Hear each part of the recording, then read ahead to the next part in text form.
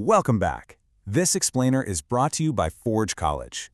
Today, we're jumping right into the local deployment workflow with the Solana CLI.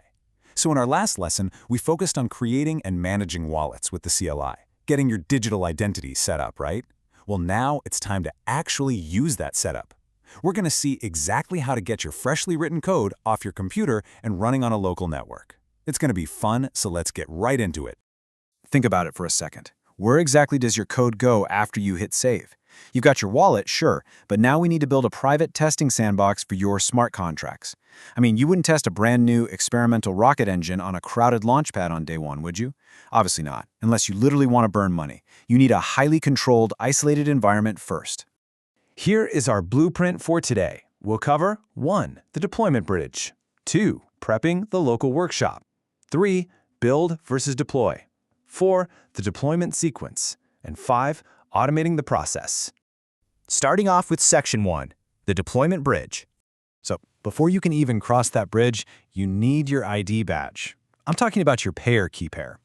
This is that file-backed wallet identity we set up previously. It's the thing that signs your deployment transactions and actually pays the local network fees. Honestly, this is your absolute prerequisite. If your keypair is missing or just misconfigured, your deployment is getting firmly denied at the door. You literally cannot push code without it. Moving on to Section 2, prepping the local workshop. Okay, our primary tool here is the Solana test validator command. When you run this, it spins up a local RPC node. Basically, it hands you your very own private testing blockchain, fully loaded with arbitrary, fake SOL. It's kind of like Monopoly money for Web3 devs. It gives you this wonderfully safe, isolated network right on your laptop, where making a huge mistake won't cost you a single real dime. It's your playground. Once that's running, we have to actually tell our CLI to point at this local workshop rather than broadcasting out to the main network.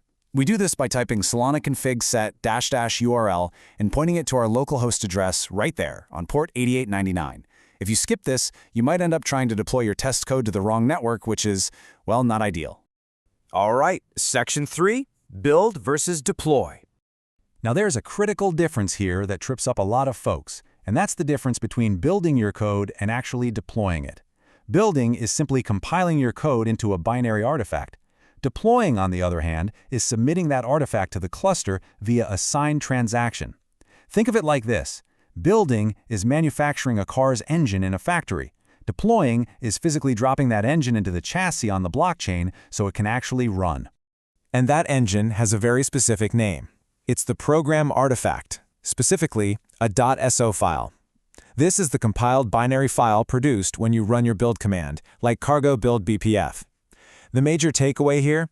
You absolutely must resolve all your compiler errors and successfully produce this .so artifact before you even think about deploying. No artifact, no deployment. It's that simple. Which brings us to Section 4, the deployment sequence. Here is your 4-step master blueprint. Step 1, start the validator. Step 2, configure the CLI URL.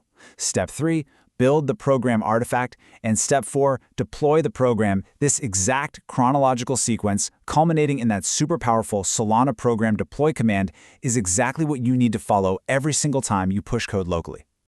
Now, as you go through these steps, you really want to verify that each command outputs exactly what it's supposed to.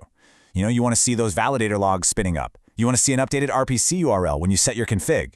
You need to physically verify there's a .so file in your target directory after you build. And finally, you want to see a transaction signature pop up after you deploy. Trust me, verifying these outputs step by step is going to save you some massive headaches later on.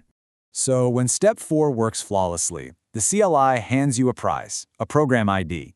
This is a unique on-chain public address that gets generated the moment your program is installed on the cluster. Once your deployment transaction is signed by your keypair and accepted by the network, this program ID officially becomes your code's permanent new home address. You're definitely going to want to save this ID because you will absolutely need it to interact with your program later. But hey, remember the golden rule of development? Never just assume it worked. You have to use inspection commands to verify your program is officially installed and breathing on the network. Run Solana program show or Solana account and plug in your new program ID. You're looking to check that the owner is a BPFL loader, and you want to confirm the data size is non-zero. If you see that, boom, It proves your code is actually sitting there on the blockchain.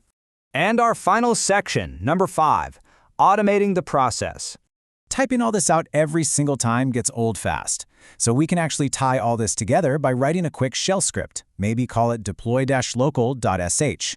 Inside this script, we can just start the validator in the background, tell the script to sleep for a couple of seconds to let the node boot up, set our CLI config URL, execute the build, and then run the deploy command. By wrapping everything up into one reproducible script, you drastically reduce friction. Just one click, and your entire assembly line runs flawlessly. You can even have your script print the deployed program ID at the very end using the Solana program show command. This gives you immediate visual verification. Honestly, there is nothing quite as satisfying as running a single script and just watching your live verified program ID pop right out at the bottom of your terminal window. All right, so I'm going to leave you with a question to chew on. You now have a deployed program ID, and you've got a beautifully running local validator. So, how are you going to interact with it next? Well, make sure you save that program ID and keep your validator running, because in our next stage of development, we're going to craft actual transactions to talk to your freshly deployed code. And that wraps up our explainer on the local deployment workflow. Getting your code actually running locally is a massive milestone, so great job sticking with it. Remember, this explainer was created by Forge College.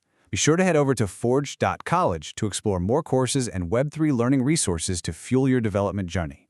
We've got a ton of stuff waiting to help you master these concepts.